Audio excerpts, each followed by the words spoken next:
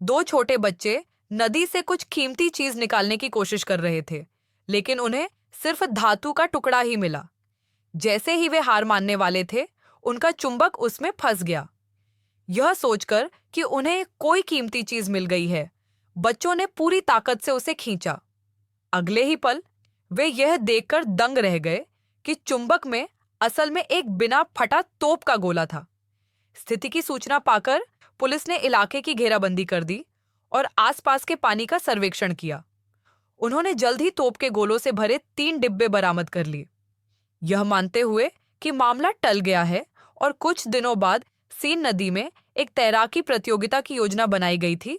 Police कप्तान ने बताया कि ये गोले द्वितीय विश्व युद्ध के थे और उनकी समाप्ति तिथि काफी पहले की हो चुकी थी, इसलिए विस्फोट का कोई खतरा नहीं था। हालांकि समुद्री जीव विज्ञानी शियाओमी ने देखा कि कुछ गड़बड़ है। उनके उपकरण ने नदी में शार्क का पता लगाया और उन्होंने तुरंत कप्तान को स्थिति की सूचना दी। हालांकि कप्तान ने इस दावे को खारिज कर दिया, यह मानते हुए कि शार्क समुद्री जीव हैं और नदी मीठे पानी की है, इसलिए वे जीवित नहीं रह सकते। लेकिन श्याओमी के आग्रह पर शेरिफ को स्थिति की फिर से जांच करने के लिए लोगों को नदी पर भेजना पड़ा। जब टीम के सदस्य 10 मीटर की गहराई तक गए तो उन्होंने अचानक एक भयावह दृश्य देखा। सीन नदी में एक आदमखोर शार्क दिखाई दी। इस भयावह दृश्य ने सभी को चौंका दिया, लेकिन यह पता लगाने के लिए कि क्या हो रहा है, तीनों लोग फिर भी अपने डर को दबाते हुए जांच करने गए। लेकिन अप्रत्याशित रूप से शार्क अचानक गायब हो गई। यह देखकर कि ऑक्सीजन खत्म होने वाली थी, उन्होंने जल्दी से रस्सी खींचकर संकेत दिया। शेरिफ को अचानक लगा कि स्थिति ठीक नहीं है, इसलिए उसने तुरंत रस्सी को वापस खींचने के लिए अपनी पूरी ताकत लगा दी और आखिरकार टीम के सदस्यों को सुरक्षित ऊपर खींच लिया।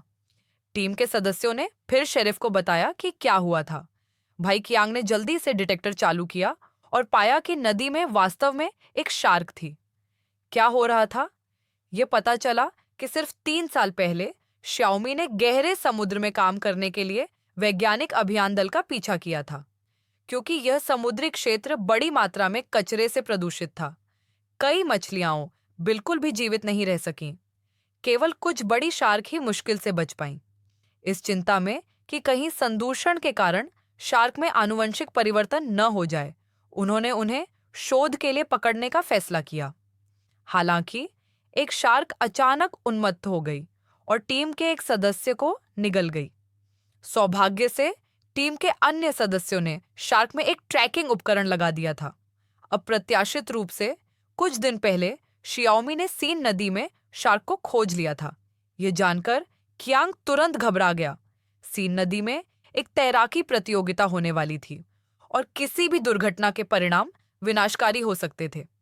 उसने तुरंत इसकी सूचना निदेशक को दी, जिन्होंने एक विशेष टीम को शार्क को निकालने का आदेश दिया। हालांकि निदेशक ने इस विचार को बकवास बताया और मीठे पानी की नदियों में शार्क के अस्तित्व पर पूरी तरह से अविश्वास व्यक्त किया। हताश कियांग ने तैराकी प्रतियोगिता स्थगित करने की उम्मीद में महापौर से संपर्क किया। हालांकि महापौर इस बात से सहमत नहीं थे, क्योंकि उन्होंने प्रतियोगिता देखने आए बड़ी संख्या में विदेशी पर्यटकों के कारण होने वाले भारी आर्थिक नुकसान का हवाला दिया। वह अपने राष्ट्रपति पद पर कोई दाग नहीं छोड़ना चाहते थे। महापौर को अविश्वसनीय देखकर कियांग और श्याओमेई ने मामले को अपने हाथों में लेने का फैसला किया। उस रात उन्होंने अपनी टीम के कुछ सदस्यों को इकट्ठा किया और शार्क के स्थान की ओर चल पड़े। संकेत का अनुसरण करते हुए वे जल्दी से नदी की गहराई में पहुंच गए, जहां उन्हें श्याओमेई का सहायक मिला। पशु संरक्षण संघ का सदस्य सहायक पुलिस कार्रवाई के बारे में जान गया और उसने शार्क को बचाने के लिए समान विचारधारा वाले लोगों को इकट्ठा किया। जब तक कियांग का समूह पहुंचा, सहायक पहले ही पानी में कूद चुका था। बाकी लोग भाग गए, लेकिन सहायक ने शार्क को डराने के लिए सोनार का इस्तेमाल करने पर जोर दिया। श्याओमेई ने उसे बाहर आने के लिए कहा, लेकिन सोनार अचानक सक्रिय हो गया और लड़की यह देखकर भयभीत हो गई कि पानी में अचानक एक विशाल शार्क प्रकट हो गई है। इस भयानक दृश्य ने उसे स्तब्ध कर दिया, जिससे वह पूरी तरह से सुन्न हो गई। कियांग उसे बाहर निकालने के लिए जल्दी से पानी में कूद गया, लेकिन बहुत देर हो चुकी थी और शार्क ने उसे निगल लिया। घटना की अचानकता के कारण दर्शक कुछ समझ पाने से पहले ही पानी में गिर पड़े। वे बेचैनी से बाहर निकलने की ओर दौड़े, लेकिन कई लोग फिर भी अपने खाने के डिब्बे उठाने में कामयाब रहे और नदी तुरंत खून से लाल हो गई। सौभाग्य से कियांग की उन्मत्त फायरिंग ने शार्क को डराकर भगा दिया। इस घटना में 5 लोगों की मौत हो गई और 7 गंभीर रूप से घायल हो गए। तैराकी प्रतियोगिता शुरू होने ही वाली थी कि शियाओमी ने शार्क को जल्द से जल्द खत्म करने का फैसला किया। पुलिस स्टेशन पहुंचकर उन्होंने एक सोची समझी योजना बनाई, जिसमें शार्क के बिल को उड़ाने के लिए नदी में फिर से गोता लगाने से पहले भारी मात्रा में विस्फोटक तैयार किए गए। तभी कियांग को पता चला कि उस विशाल शार्क ने अनगिनत बच्चों को जन्म दिया है। बिना देर किए दोनों लोगों ने जल्दी से अपने विस्फोटक शार्क के नीचे रख दिए, लेकिन जैसे ही वे पीछे हट रहे थे, शार्क के बच्चों ने उन्हें देख लिया। इस नाजुक घड़ी में उनके पास बम विस्फोट करने के अलावा कोई विकल्प नहीं था।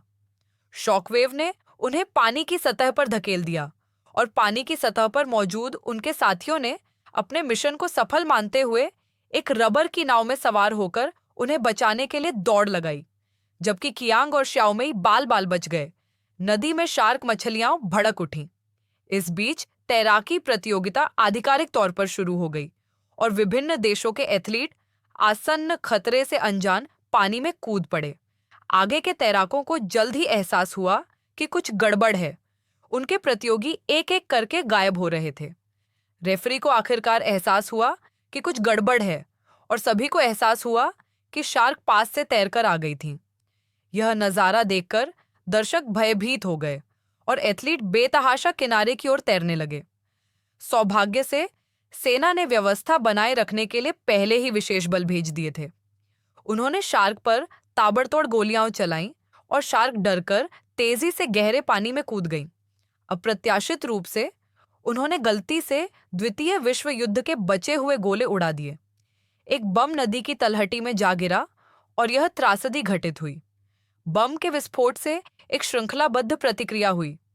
सीन नदी के किनारे फूलों से ढक गए तो दर्शकों को अपनी जान बचाने के लिए भागने की याद आई, लेकिन तब तक बहुत देर हो चुकी थी।